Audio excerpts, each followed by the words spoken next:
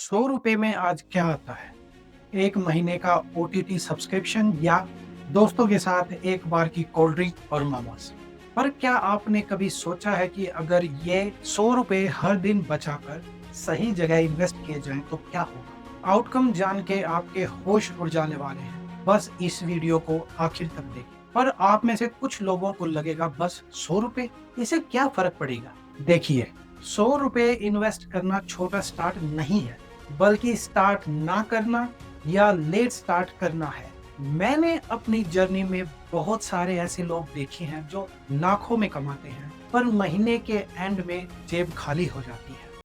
और कुछ ऐसे भी देखे हैं जो सिर्फ छोटी से छोटी बचत से इतना बड़ा कॉर्पस बना लेते हैं कि उन्हें रिटायर होने की टेंशन नहीं हो। आज मैं आपको वो बातें बताने वाला हूँ जो 99% लोग नहीं समझ पाते। अगर आपने ये 4 पॉइंट समझ लिए तो इन्वेस्टिंग आपके लिए बहुत आसान हो जाएगी और आपके पास वो एक एडवांटेज होगी जो बहुत सारे एक्सपीरियंस ट्रेडर्स भी मिस कर देते हैं। ये रहे वो fundamental pillars: the cost delay, the physics of time, the farmers logic, और चौथा पॉइंट है उसको लास्ट में रिवील करते हैं।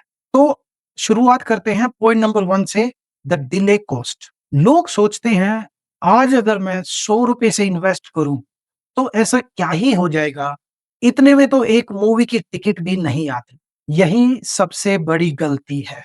हम 100 रुपए की कीमत को देखते हैं पर उससे जुड़े हुए टाइम की इंपॉर्टेंस को भूल जाते हैं। टाइम जो चला गया वो वापस कभी नहीं आ पाएगा। एक एग्जाम्पल से समझते हैं, जैसे कि अगर एक 20 साल का लड़का हर महीने सिर्फ 3,000 रुपए यानी 100 रुपए हर रोज इन्वेस्ट करता है तो उसके पास वो पावर है जो एक 35 साल का आदमी जो 10,000 रुपए इन्वेस्ट करके भी नहीं पा, क्योंकि वो 15 साल लेट हो चुका है। इन्वेस्ट करने की अमाउंट तो आप भी कल बढ़ा लोगे जब आपकी कमाई बढ़ेगी, पर सबसे क्रूशियल है जो टाइम आपने आज गवा दिया वो मार्केट का सबसे बड़ा एक्सपर्ट भी वापस नहीं ला सका। तो सवाल बनता है कि क्या सिर्फ 100 रुपए हर रोज इन्वेस्ट करने से करोड़ों बन सकते हैं या करोड़ों कमाए जा सकते हैं? इसका जवाब छुपा है दुनिया के सबसे बड़े इन्वेस्टर की एक ऐसी सच्चाई में जो उनके बैंक बैलेंस से दिखती है।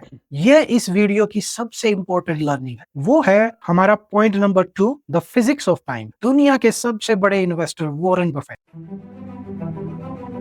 इनको हर कोई जानता है। इनकी नेटवर्थ लगभग 130 बिलियन डॉलर्स की है और इन्होंने 11 साल की उम्र से इन्वेस्टिंग स्टार्ट कर दी। लेकिन क्या आपको पता है कि उनकी 99% वेल्थ उनके 50वें जन्मदिन के बाद आई है? जब वो 52 साल के थे उनकी वेल्थ सिर्फ 376 मिलियन डॉलर, आज वो 130 बिलियन डॉलर है। और ये रहा असली बैंगर। इमेजिन कीजिए अगर उन्होंने 11 साल की उम्र में स्टार्ट ना करे, सिर्फ 10 साल लेट स्टार्ट किया होता यानी 21 की उम्र में, तो उनकी वेल्थ आज 90% कम होती। शायद उनको बड़े इन्वेस्टरों में कभी गिना भी नहीं, यानी कि 13 बिलियन डॉलर जो 130 बिलियन डॉलर से बहुत कम है। उनके पास कोई मैजिक फॉर्मूला नहीं था, उनके पास सिर्फ शुरुआत करने का साहस। मैं आपको सिंपल तरीके से बताता हूँ। जैसे आज कोई, मान लीजिए आपका फैमिली मेंबर या फ्रेंड 11 साल की उम्र का है और वो आज से 100 रुपए डेली इन्वेस्ट करना स्टार्ट कर दे, तो उसके पास 30 साल की उम्र तक 18 लाख रुपए होंगे। और जो 52 साल तक की उम्र आते आते उनके पास 100 करोड़ 80 लाख होंगे। और जैसे कि वॉरेन बफेट जी की एज है 90 साल, उस एज पे आते आते आपके इस रिलेटिव की इनकम आफ्टर 79 इयर्स की कंसिस्टेंट इन्वेस्टिंग के बाद उनके पास होंगे, क्या आप रेडी हैं?